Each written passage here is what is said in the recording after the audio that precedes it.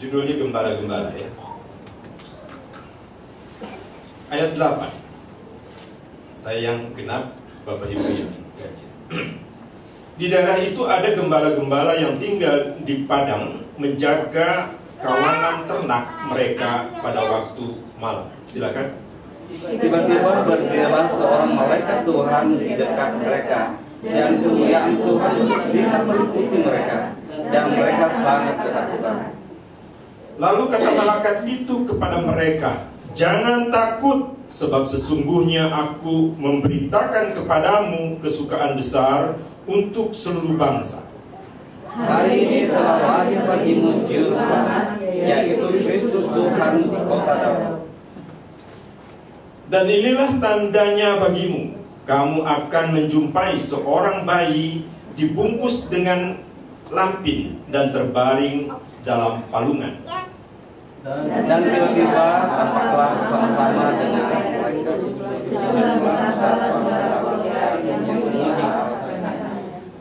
kemuliaan bagi Allah di tempat yang maha tinggi, dan damai sejahtera di bumi di antara manusia yang berkenan kepadanya.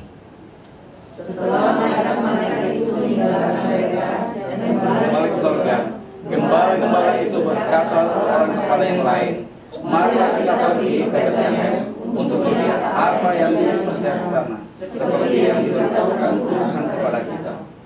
Lalu mereka cepat-cepat berangkat dan menjumpai Maria dan Yusuf dan bayi itu yang sedang berbaring dalam palungan. Dan ketika mereka melihatnya, mereka memberitahukan apa yang telah dikatakan kepada mereka tentang anak itu. Dan semua orang yang mendengarkannya heran tentang apa yang dikatakan gembala-gembala itu kepada mereka. Tetapi Maria menyimpan segala perkara itu di dalam hatinya dan merenungkannya. Maka kembalilah gembala-gembala itu sambil memuji dan memuliakan Allah, karena segala sesuatu mereka dengar dan mereka lihat, semuanya sesuai dengan apa yang telah dikatakan kepada mereka. Berbahagialah yang mengenalkan firman Tuhan dan merenungkannya dan akan melakukannya. Saudara-saudara yang terkasih, dalam suasana Natal ini, ayat ini sering kali didengungkan, ya. Dan hampir semua gereja mengutip narasi ini. Dan setiap tahun kita ulang. Bahkan ada ditambahkan, biasanya ada bayi kecil, ya. Tuhan Yesus masih bayi. Nah, banyak kadang-kadang saya tadi malam sampai jam 2 malam ya, melihat bagaimana persiapan mereka menyambut, mengenang kembali kelahiran Tuhan Yesus. Tetapi dalam hati saya, apakah benar kita semua yang merayakan Natal itu betul-betul memikirkan visi misi Allah datang ke dunia ini? Atau hanya sekedar fenomena yang membuat kegembiraan sejenak ya, untuk bulan Desember? Yesus datang itu dengan satu misi, yaitu menyelamatkan manusia dari dosa. Makanya tema besar kita adalah mengapa Yesus datang ke dalam dunia.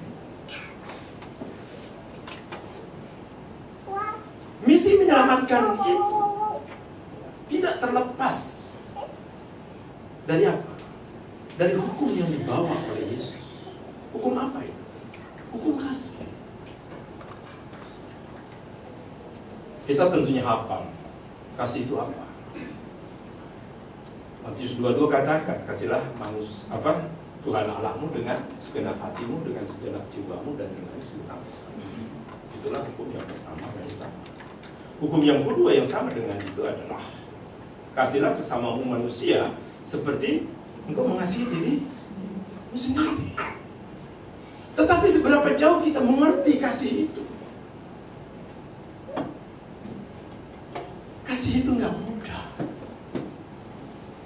Baik untuk dipelajari baik untuk direnungkan, apalagi dilakukan. Saya sepanjang 9 tahun, saya mempelajari apa itu kasih. Saya merenungkannya setiap pagi, jam 3 subuh saya udah bangun.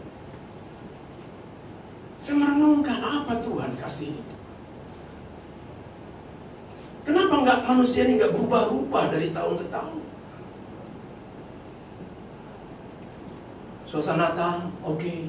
Habis itu kembali lagi sifat duniawi yang menguasai mereka. Apa yang salah? Saudara-saudara tahu di Amerika ada seorang pendeta yang sangat terkenal, namanya itu Billy Graham, ya, kenal semua tentunya ya, dan udah meninggal kemarin ya, hampir 100 kan umurnya ya, luar biasa. Tetapi tahukah Anda, di samping Billy Graham itu ada 2 pemuda, waktu itu sama-sama umurnya 20-an ya, tahun 1945. Yaitu siapa? Yaitu Templeton dengan Brown, saya suka lupa nama, Brown,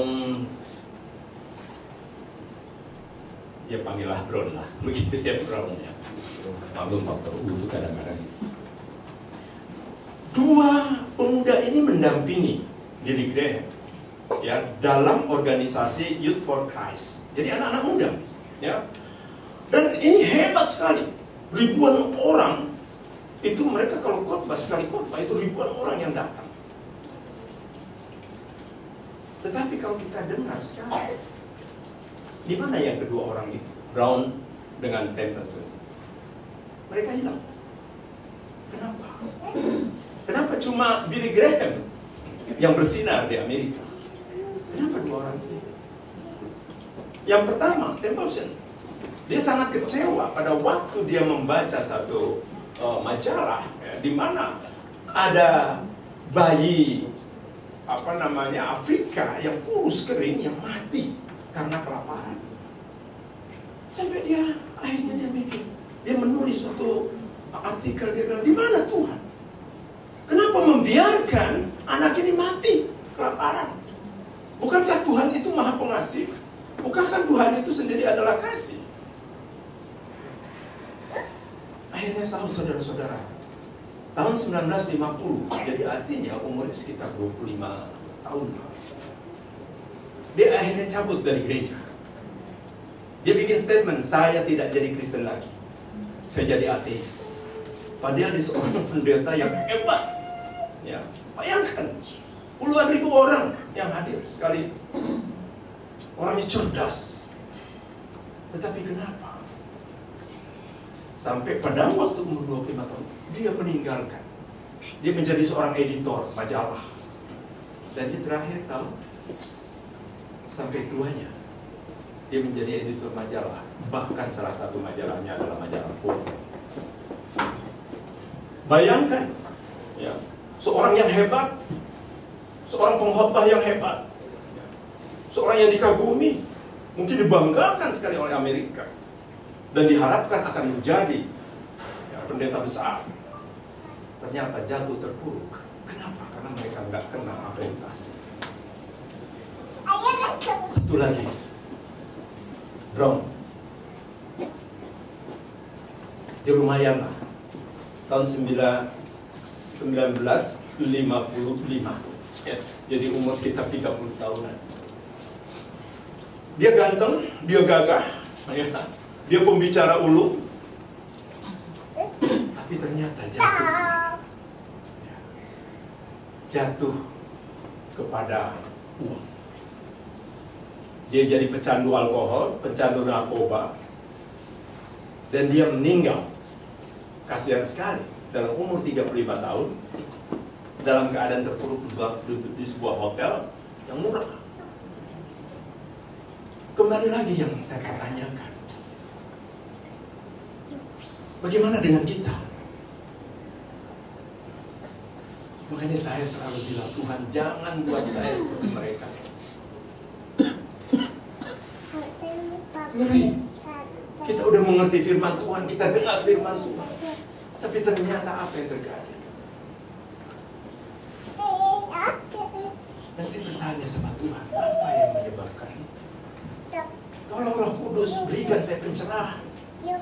Dan Roh Kudus katakan mereka tidak mengerti apa itu kasih. Seandainya kita mau merenungkan kasih itu apa, mungkin kita tidak akan melihat dua cerita tadi. Nah sebenarnya apa itu kasih? Kalau Billy Graham bilang kasih itu seperti gini. Ada di panggung dia loncat. Begitu ya. Apakah itu kasih? Bukan. Nah apa? Bagaimana kita mau melihat kasih itu? Sebenarnya kasih itu sederhana. Kasih itu adalah ketertarikan. Tahu ketertarikan? Yohanes 3 ayat 16 katakan apa? Oleh karena besar kasih Allah akan dunia ini, maka dikaruniakanlah anaknya yang tunggal, sehingga barang siapa yang percaya, dia tidak akan binasa, melainkan beroleh hidup kekal. Kalau Tuhan tidak tertarik kepada manusia di dunia ini, ya, Tuhan tidak akan pernah mengirimkan. Ini saya buat bahasa yang agak mudah ya, bicara tentang kasih. Saya yakin Pak Niko dengan Ibu Ati itu karena ada ketertarikan, betul tidak? Apakah Pak Niko kemudian married dengan Ibu di sini sama sekali tidak ada ketertarikan? Ya. Mulai dari pandangan mata pertama, gitu. Ini ketertarikan. Apapun kita juga mengerjakan segala sesuatu itu karena kita tertarik. Contoh kalau kita suka makan, apa misalnya gado-gado GoPro, dimanapun juga kalau kita namanya suka kita akan. Kenapa? Karena kita tertarik. Kalau kita nggak tertarik, mau kita datang? Nggak akan mau. Demikian juga Allah. Kasih itu adalah ketertarikan. Nah, bagaimana bentuk ketertarikan itu? Nah, ini yang harus kita sadari. Nah, saudara-saudara terkasih, pada waktu Allah mengirimkan putranya yang tunggal ke dunia ini, dia melalui 3 narasi. Dia ada lahir, dia adalah mati, dia adalah bangkit, dan akhirnya sampai ke surga. Ya. Jadi kita tidak bisa memotong pada waktu kita Natal ini, ya udah kita Natal gitu ya. Kemudian selesai Natal ya kita kembali lagi ke dunia. Ingat loh 1 Korintus 15 ayat 19 bilang, kalau pengharapanmu kepada Kristus hanya untuk kehidupan dunia ini aja, kita orang paling lama. Betul. Nah, saya kembali kepada kasih. Tolong ingatkan saya waktu ya. Kadang-kadang kalau udah bicara kadang suka lupa. Saudara, bagaimana kita mengertikan kasih itu? Atau ketertarikan itu? Atau hukum kasih itu? Kita hidup di dunia ini dimanapun kita berada. Bukan karena saya orang hukum, tapi kita tidak pernah bisa terlepas daripada apa yang disebut dengan hukum. Hukum itu menguasai dunia. Saudara pernah nggak berpikir, coba bisa tampilkan nggak gambar bola dunia? Kalau nggak bisa nggak apa-apa, ya bayangkan aja. Bola dunia kalau kita lihat, ya, dunia itu isinya apa sih? Yang pertama laut, betul nggak? Laut menguasai dunia ini. Berapa banyak? Hampir 3/4-nya. 3/4 itu dunia ini isinya laut. Laut itu air bukan? Sifat air itu apa? Air. Mengalir sampai ke tempat yang rendah. Sekarang coba bayangkan. Oh, nggak bisa ya? Oke, nggak apa-apa. Bola dunia. Kenapa laut itu nggak tumpah? Pernah nggak kita mikir? Kenapa? Gravitasi. Gravitasi.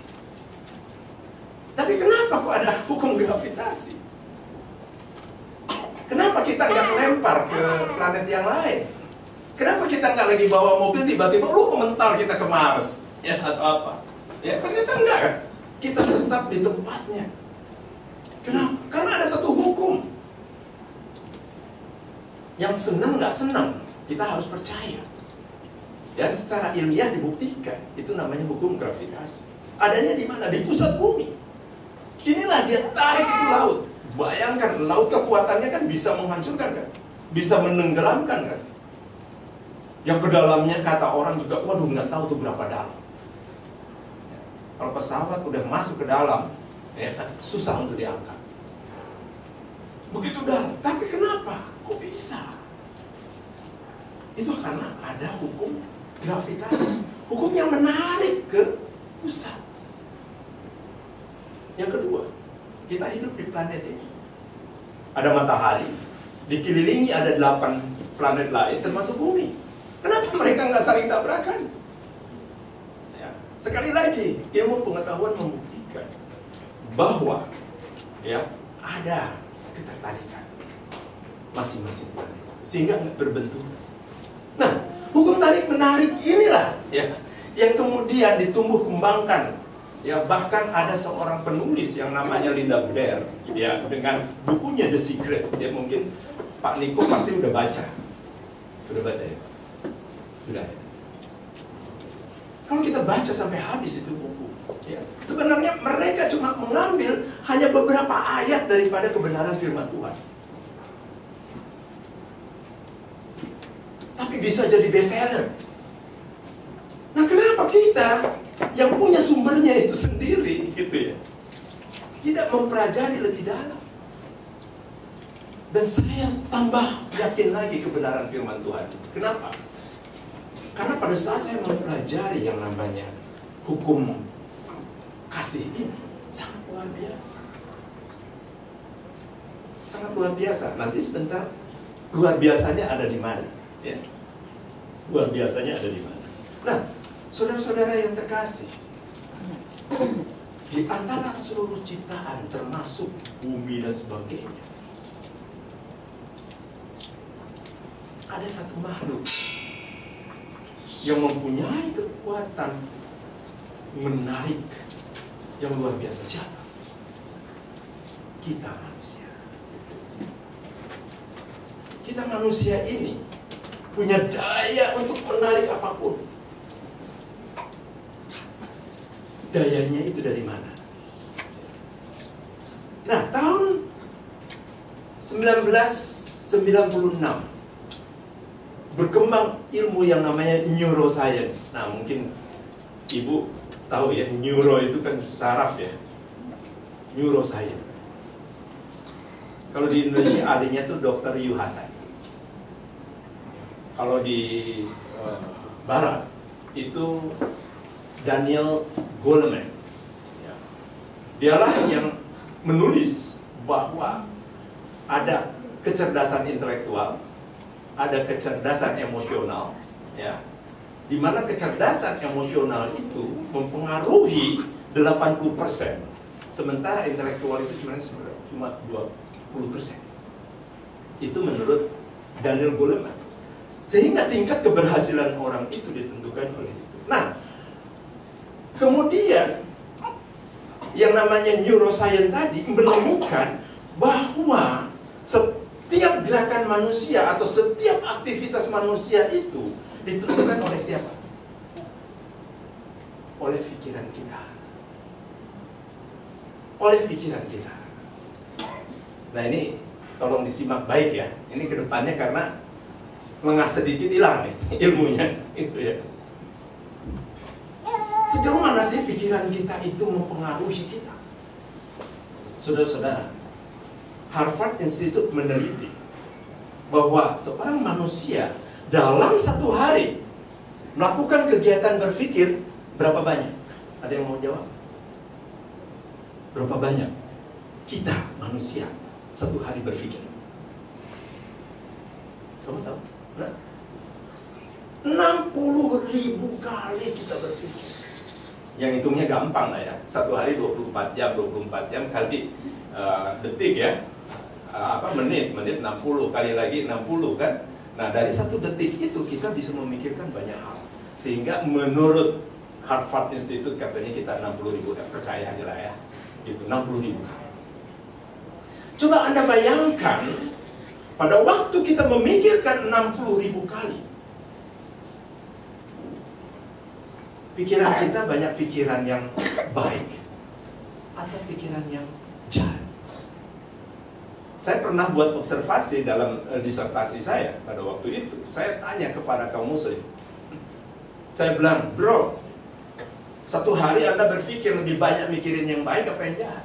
Aduh, jujur ya Pak Anan, saya lebih banyak mikirin yang jahat loh. Saya bangun tidur aja, saya mikir yang udah gak benar. Ya waktu mandi gak benar lagi. Ketemu istri udah mikir yang gak benar lagi. Bayangkan, dia bilang, bagaimana kita bisa masuk surga ya? Yang kita pikirin adalah hal-hal yang jahat. 60.000 kali tanpa sadar. Nah, bagaimana kita berpikir sadar? Dan kenapa banyak orang hidupnya gagal? Kenapa? Karena nggak fokus dalam berpikir. Terlalu banyak yang dipengenin. Makanya saya suka itu ya. Kita sebentar, saya lupa. Yakobus katakan bahwa manusia tidak dicoba oleh iblis kan? Manusia juga nggak pernah dicobai oleh Tuhan. Manusia dicobai oleh apa? Oleh keinginannya sendiri. Keinginan itu bentuk konkretnya adalah mikir. Jadi ingat ya, hati-hati nih kita mikir. Karena pada waktu kita mikir artinya kita ingin. Kita mengizinkan sesuatu. Bayangkan 60.000 kali keinginan kita yang tanpa sadar kita lepas. Dan ingat, nah ini bahayanya. Kekuatan pikiran itu akan menarik apapun, mau yang baik atau yang jahat. Ini contoh. Saya lagi berjalan nih ke sini. Untung kan tadi nggak macet kan? Enak. Waduh, enak banget nggak macet. Tapi coba jam kerja. Mulai, apalagi udah mau ketemu meeting orang. Aduh, gimana sih kok macet banget sini? Aduh, gimana kok macet banget? Itu pikiran kan? Kita mikir macet kan? Tahukah Anda bahwa pikiran itu, kita berpikir itu kita lagi berdoa. Kita lagi berdoa. Makanya kalau kita berdoa, aduh macet banget, ya kita menarik kemacetan itu ke dalam kehidupan kita. Ngeri loh. Makanya kita hati-hati berpikir. Kita mikirin suami kita, aduh jangan-jangan suami kita nyeleweng. Nyeleweng bener tuh. Karena kita yang menarik. Alkitab nggak mengajarkan seperti itu loh. Alkitab mengajarkan apa? Coba baca Filipi 4 ayat 8. Ini penting sekali. Bisa dibuka? Filipi 4 ayat 8? Atau ada salah satu yang mau membacakan? Silakan. Filipi 4 ayat 8.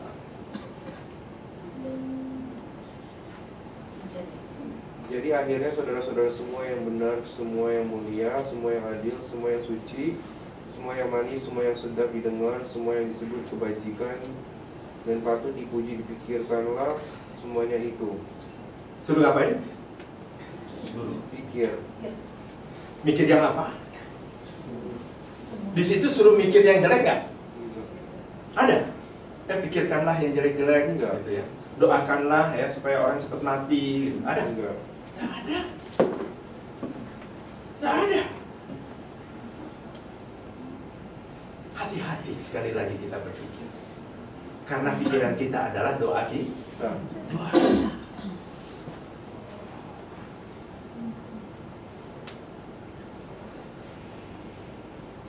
Nah, bagaimana kita merealisasi dalam kehidupan kita? Ini sebenarnya sesinya agak panjang ya, tapi saya coba untuk mengkristalisasi. Ya. Jadi kalau nanti kurang jelas ya kita ngobrol sambil ngopi ya, karena ini anu sekali ya. Karena firman Tuhan katakan jangan kau serupa dengan dunia ini, tetapi berubahlah apa? Oleh perubahan akal pikiran kita yang harus berubah. Natal ini harus merubah kita loh, ya. Natal nanti ketemu lagi, ya, kematian Yesus, kita juga harus berubah loh. Kebangkitannya juga harus merubah kita. Jangan dari tahun ke tahun kita nggak berubah, ketemu masih sama aja. Apa hebatnya kita? Kita tuh hebat loh. Kenapa saya katakan manusia itu hebat? Manusia itu punya daya tarik yang luar biasa. Yang pertama yang kita harus sadari, bahwa kita sudah diberikan apa? Roh Kudus. Itu nggak main-main. Carilah pengalaman kita bertemu dengan Roh Kudus, berbicara dengan Roh Kudus, ya. Ini pengalaman-pengalaman yang misteri.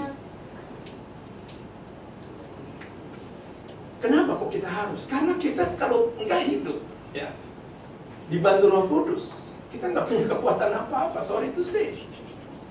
Makanya sampai Yesus dalam Yohanes 16 bilang begini, lebih baik aku pergi. Supaya apa? Supaya Roh Kudus datang. Kenapa? Untuk datang untuk apa? Untuk menginsafkan dunia. Ini loh, tema Natal ini seharusnya menginsafkan dunia. Akan apa? Pertama akan dosa. Dosa terbesar apa? Gak percaya Kristus. Udah aku pergi nih, mendingan aku pergi deh, ya. Gua ada aja gak percaya. Biar Roh Kudus menginsafkan dunia akan dosa. Yang kedua, menginsafkan akan apa? Manusia akan kebenaran bahwa Yesus itu sudah pergi. Ya, makanya kadang-kadang saya suka ketawa orang, bukannya terjebak kepada bayi kecil. Bukan kita nggak boleh, enggak. Sama juga kita waktu ulang tahun kan. Masa ulang tahun terus kita jadi kecil lagi? Kita ini cuma mengingatkan bahwa Yesus lahir. Memang durasi ini harus ada. Narasinya juga harus ada. Nggak mungkin Yesus tiba-tiba belucuk gede gitu ya. Enggak. Dia nanti melalui suatu proses. Tapi kita jangan terjebak di sana. Ingatlah visi misinya, yaitu apa? Menyelamatkan. Betul-betulkah kita memikirkan keselamatan? Jangan-jangan kita mikirin keselamatan itu pada saat ada COVID-19 Delta dulu. Dimana kalau kita udah mulai aduh, jangan-jangan saya selesai. Sebenarnya itu pun kita nggak memikirkan keselamatan. Yang kita pikirin apa? Kalau gua mati gimana?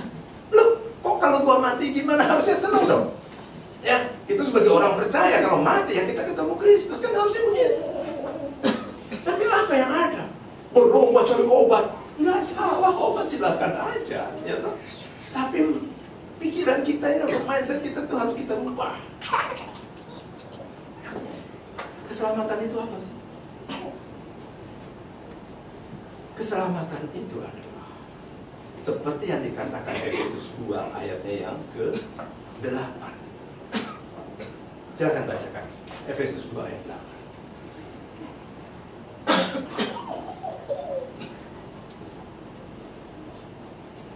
Ada yang sudah dapat, silakan. Sebab karena kasih karunia kamu diselamatkan oleh iman, itu bukan hasil usahamu tetapi pemberian Allah. Oleh karena kasih karunia kamu diselamatkan, ya, kasih karunia, betul ya? Iya. Tetapi jangan lupa oleh Allah. Oleh iman. Oleh iman. Nah, iman itu apa? Kita harus mengerti. Iman bukan cuma sekedar percaya, tetapi juga mempercayakan. Banyak orang percaya nggak kepada Kristus? Banyak. Setan pun juga percaya. Tapi mau nggak kita menyerahkan hidup kita kepada Kristus? Ini makna Natal yang sebenarnya itu adalah itu.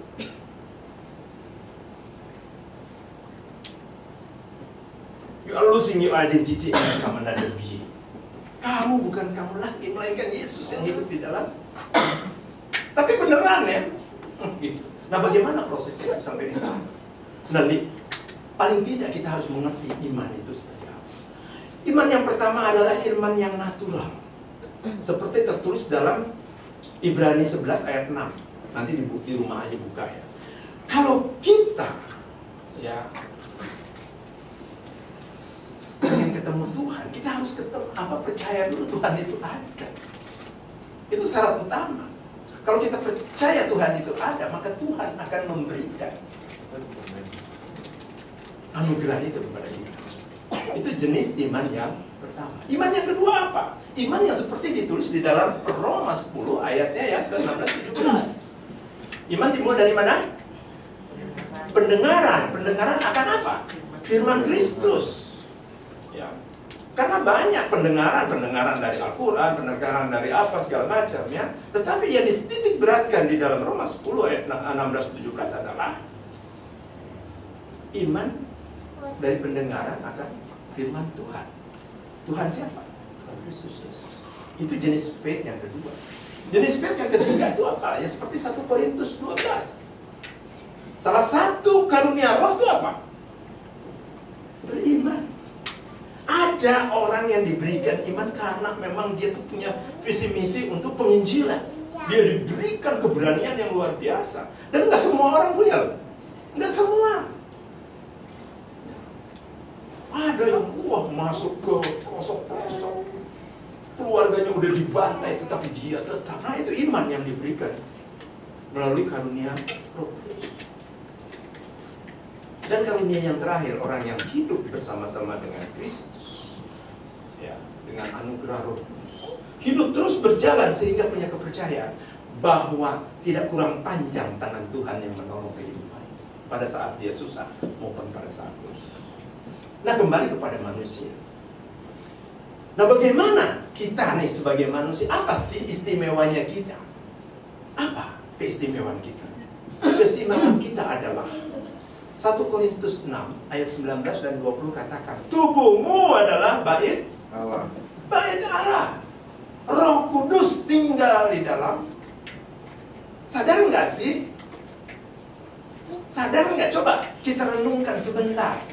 Apa benar Roh Kudus ini ada di dalam diri kita?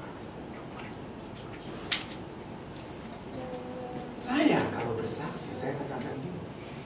Saya bersaksi dengan Roh Kudus. Dalam dunia hukum ada istilah unus testis, ulus testis. Satu saksi itu bukan saksi. Nah, saya didampingi Roh Kudus. Even saya khotbah pun saya berdoa, Roh Kudus bimbing aku. Beri aku kekuatan, hikmat dan makrifat yang hanya dari surga. Yaitu dari Engkau sebagai pribadi Tuhan yang ketiga. Dan itu harus terus kita sadari dalam setiap pemikiran kita. Loh, gimana nggak kita hebat sih? Kalau ada Roh Kudus di dalam diri kita, kemudian Allah Bapa emang Putra dia ada di mana? Di surga. Betul, ya.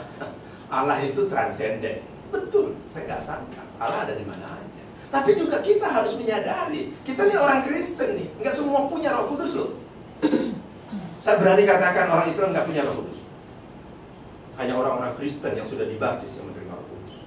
Bukan kata saya, tapi kata Alkitab. Kisah para Rasul bilang, baptislah di dalam nama Bapa, Putra, dan Roh Kudus, maka engkau akan menerima Roh Kudus. Jadi sadari bahwa kita punya Roh Kudus. Sadari itu dulu.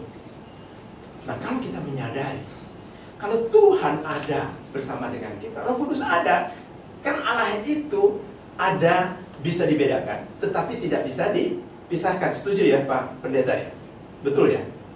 Nggak bisa dipisahkan, nggak bisa. Tapi dibedakan bisa. Makanya ada Allah Bapa, Putra, dan Roh Kudus. Nah, apa yang paling penting? Kalau kita menyadari Sang Pencipta langit dan bumi ada di dalam diri kita nih manusia. Halo? Sadar ya. Makanya firman Tuhan katakan, jangan takut apa yang kau akan makan dan kau akan pakai. Kesemuanya itu dicari orang-orang yang tidak mengenal Kita kan sudah mengenal Allah. Lalu apa yang kita takutkan? Oh ya Pak Anam, sekarang nyari duit itu agak susah. Loh, saya lawyer. Sekarang pun pada saat saya dekat sama Tuhan, loh kok penghasilan saya menurun? Terus kalau turun emang kenapa? Memang kan begitu. Ya kan, ini kan timbangan nih. Ya, kalau timbangannya itu lebih berat kepada Tuhan, ya, hantunya naik gak? Lebih berat mana? Kalau timbangan nih, ini satu Tuhan, ini hantu nih, uang nih, ya. Pastilah, ya. Kalau sama-sama harus keseimbangan Pak Anam, ada Tuhan, ada hantu, itu nggak bisa. Tuhan bilang apa? Terus sahabatan dengan dunia adalah permusuhan dengan. Jadi kalau sekarang secara ekonomi saudara-saudara, ya pada saat dekat dengan Tuhan kok lebih susah ya? Itu kita lagi diproses. Kita emangnya terus kalau udah susah nggak makan? Saya mau tanya dari hari ini, Pak Marti masih makan? Masih? Susah sih memang, tapi kan Tuhan tetap pelihara kita. Jadi nggak usah takut kalau kita dengan Tuhan pasti ada efek, ya. Tapi jangan takut, ya. Apalagi kita bekerja di ladang Tuhan. Pada saat saya ditahbiskan jadi pendeta, saya berpikir, waduh, berat nih saya. Karena saya nggak bisa lagi melakukan hal-hal yang sama dengan dunia lakukan. Ya, nggak bisa nyogok. Padahal nyogok itu paling enak loh. Nyuap itu paling enak. Ya, bilang sama klien 500 juta, ya. Kasih polisi 100 juta, 400 juta masuk kantong. Pengacara nggak cepet kaya. Tapi saya udah nggak bisa lagi sekarang. Dan terus jadi apa yang saya lakukan? Ya saya jadi terang dunia lah. Ya, saya jadi apa? Konselor. Saya jadi penasehat hukum perusahaan-perusahaan. Dan dari situ saya juga dapat walaupun kecil. Ya standar hidup saya sekarang udah saya turunin. Ya, nggak lagi bermewah-mewah lagi. Mau gimana? Ya. Istri saya waktu saya beliin Agia itu ketawa. Pak, emang Papa udah nggak punya duit? Iya, saya bilang, Papa nggak punya duit. Jadi kamu pakai ini aja. Enak, irit, gampang parkir, ya daripada. Loh, ini benar. Tanya istri saya tuh, benar nggak? Saya beliin tuh mobil Agia kuning. Udah, kenapa warna kuning? Supaya nggak ditabrak orang kecil kan? Itu artinya apa? Ya. Tetapi kita harus sadar bahwa kita ini sangat hebat. Manusia ini sangat istimewa. Kita ini, kita ini besar. Saya merubah diri saya sendiri. Dari diri saya. Pertama saya mencintai diri saya sendiri dulu. Bagaimana saya bisa mencintai istri saya, anak saya, kalau saya nggak bisa mencintai diri saya sendiri? Dengan apa? Dengan firman Tuhan. Saya belajar. Dia tahu nggak? Ini pikiran.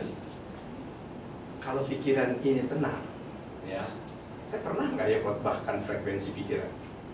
Ada beta, ada alfa, ada theta, ada delta. Saya ambil dari Mazmur 127 ayatnya yang kedua. Sia-sia orang berangkat pagi-pagi, pulang petang-petang, makan roti dari hasil jerih payah.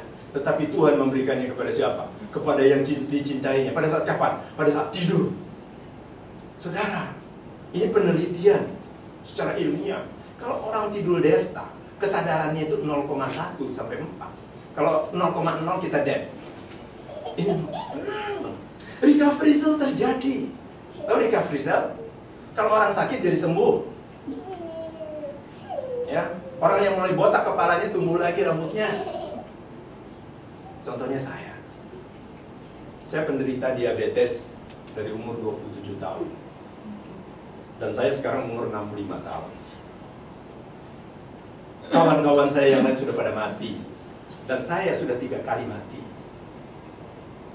Tapi masih diperkenankan Tuhan hidup. Kenapa?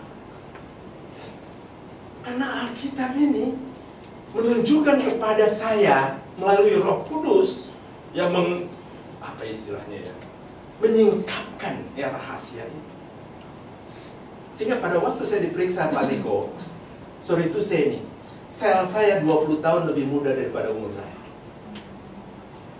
Dan saya tetap bergairah. Saya nggak kenal capek. Saya pimpin yayasan, beberapa yayasan besar.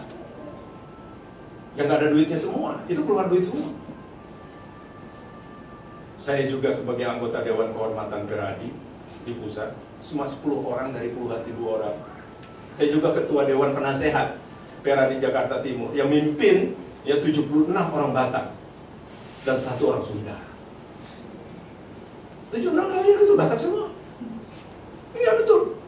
Ya, di Timur hanya 1 orang Sunda, yaitu saya.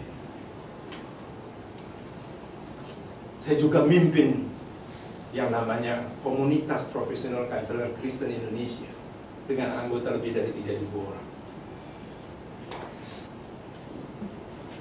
Tapi apa saya hebat?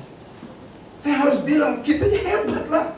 Kenapa kalau kita hebat? Bukan karena kita, tapi kita menyadari bahwa di dalam diri kita ada apa? Roh Kudus. Nah, terakhir. Masih berapa menit lagi, Pak?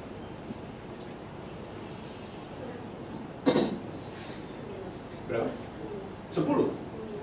9 menit? Oke, saya akan selesaikan dalam 9 menit. Dan ini tolong dicatat baik-baik. Coba kita sama-sama buka 2 Korintus 10 ayat 3 sampai 5. 2 Korintus 10 ayat 3 sampai 5.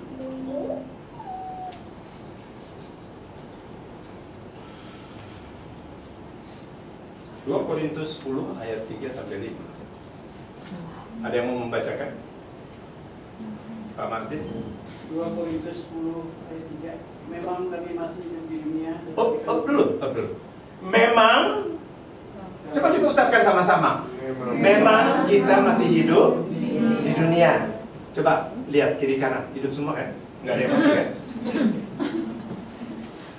Memang kita masih hidup di dunia. Nah, lanjut. Tetapi kami tidak berjuang secara duniawi. Tetapi kita tidak berjuang secara duniawi. Lalu kita berjuangnya bagaimana? Coba. Karena senjata kami dalam perjuangan bukanlah senjata duniawi. Bukan senjata duniawi. Oke. Melainkan senjata yang diperlengkapi dengan kuasa Allah. Melainkan senjata yang diperlengkapi oleh apa? Oleh apa sekali lagi? Kuasa Allah. Halo. Pak Jokowi orang berkuasa nggak? Kenapa dia berkuasa? Presiden. Karena diberi kuasa. Nggak ada orang yang berkuasa itu dari dirinya sendiri, no. Ya, ada yang memberi kuasa. Jokowi diberikan kuasa mandat oleh rakyat. Ya, sehingga dia bisa memimpin. Dengan kuasanya dia bisa memerintah nggak? Bisa. Ya. Nah, kuasa kita apa? Kuasa ilahi. Kita orang Kristen nih. Kita dikasih kuasa oleh siapa? Halo. Oleh siapa, Pak Martin? Oleh Roh Kudus. Oleh Allah. Allah lah yang memberikan kuasa kepada kita. Dikasih kuasa. Allah Tritunggal, Allah Bapa, Putra, dan Roh Kudus. Dan sejatinya saat sekarang ini kita diberikan kuasa oleh siapa? Kuasa Roh Kudus. Gak main-main. Gak main-main loh orang Kristen. Ya. Tapi ada syarat. Nah, tolong dicatat syaratnya ya. Ada 3 syarat nih. Untuk kita bisa berkuasa. Syarat yang pertama adalah Matius 7 ayat 7. Apa itu Matius 7 ayat 7? Ketoklah maka akan. Sekali lagi, ketoklah maka akan. Kok sedikit sekali? Nggak percaya ya? Buka Matius 7 ayat 7. Ketuklah maka pintu akan dibuka. Pintalah maka akan di. Carilah maka akan di. Nah itu. Kenapa kita harus minta? Karena memang kita ini cuma manusia ciptaan. Gak apa-apa, itu cuma asing. itu bunyi kercek-kercek itu air. Ya. Air kehidupan. Jadi yang pertama adalah kita harus meminta. Nah, meminta di dalam apa? Dalam doa. Tapi mintanya jangan banyak-banyak ya. Saya sarankan kalau boleh minta. Ini saya seminggu ini saya cuma berpikir cuma satu. Seminggu ini sampai hari Minggu ini. Saya cuma mikir saya sudah menerima kesehatan. Saya cuma mikirin saya sehat, dan saya sehat. Dan Allah memberikan kesehatan kepada saya. Supaya apa? Saya supaya bisa khotbah di sini. Saya supaya bisa beraktivitas di mana-mana.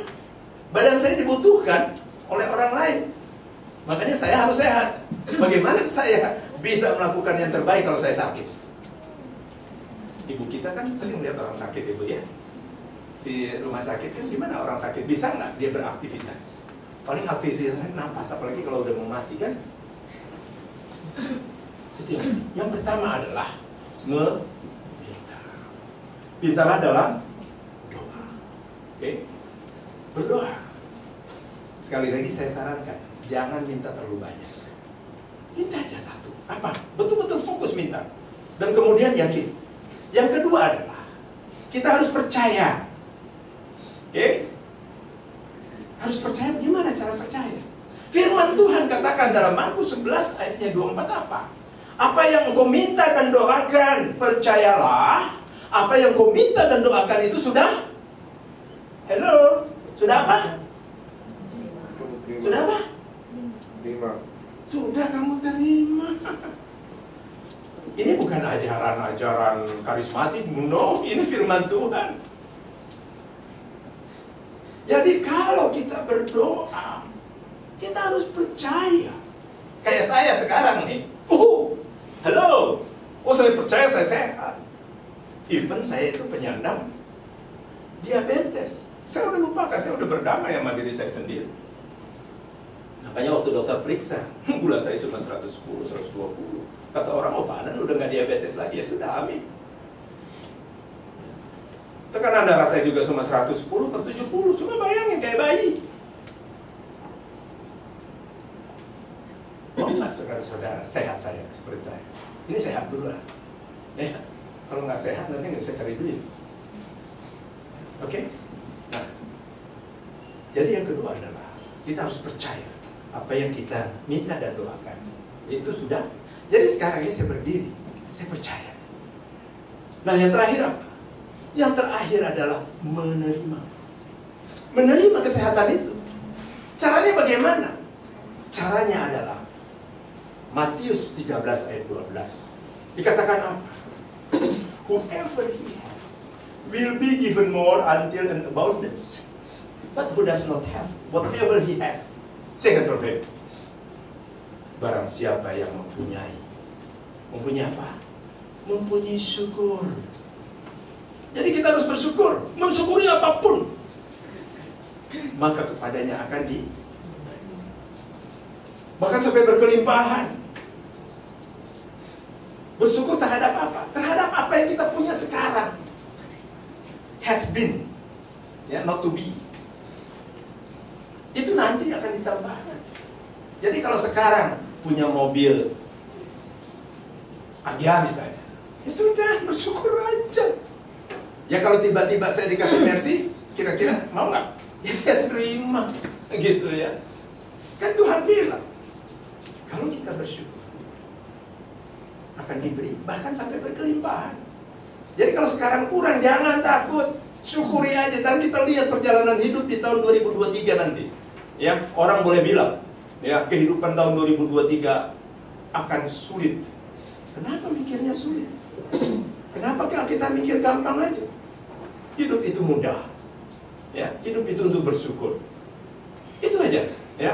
Kembali kepada Efesus Filipi 4 ayat 8 tadi. Kita berpikir apa yang baik. Yang baik itu siapa? Yang baik itu Tuhan. Yang adil. Yang adil itu siapa? Yang adil itu cuma Tuhan. Yang mulia itu siapa? Ya Tuhan.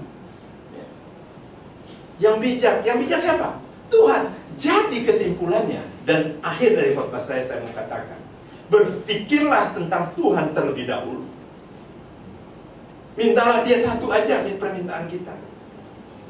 Tuhan, hiduplah dalam diriku. Mintalah Tuhan, God first and you get everything. Nah, jelas-jelas Tuhan itu sumber kebahagiaan dan sudah ada di dalam diri kita. Kita tinggal mensyukuri doang. Loh, tapi Pak Nan, kan kita hidup ini harus mikir, usaha itu harus mikir. Don't worry, ya, don't worry. Nanti Tuhan sendiri yang akan nuntun kita berjalan. Hari Senin saya harus ketemu siapa? Ya, kalau ada dalam pikiran kita seperti itu, ya udah ikutin. Ya, kayak Senin besok saya akan ketemu seorang pengusaha. Saya nggak tahu kok tiba-tiba tadi malam saya lagi sembahyang ya, berdoa lah ya. Ya, lagi berdoa, tiba-tiba kok kepikiran pengen ketemu satu orang pengusaha besar. Tiba-tiba pagi ini dia bilang, Pak Nan, hari Senin kalau boleh kita ketemu ya. Saya ikutin ini. Itu pasti gerakan Roh Kudus, saya percaya. Jadi kita langkah, makanya siap langkahku diatur oleh Tuhan. Ya kan? Kenapa kita nggak percaya? Percayalah. Ya, gereja ini pun juga akan besar kalau kita menyerahkan kepada Tuhan. Kita dukung terus. Ya. Dan yang paling penting adalah kita percaya dan mempercayakan hidup kita kepada Tuhan. Amin. Kita tunduk kepala. Kita berdoa.